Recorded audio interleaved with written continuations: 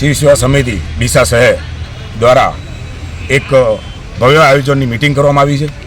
એ meeting એના અનુસંધાનમાં હતી કે મિત્રો આજ કહેતા તમને આનંદ થાય છે કે પૂરા ગુજરાતમાં ક્યારે શિવયાત્રા નથી નીકળતી।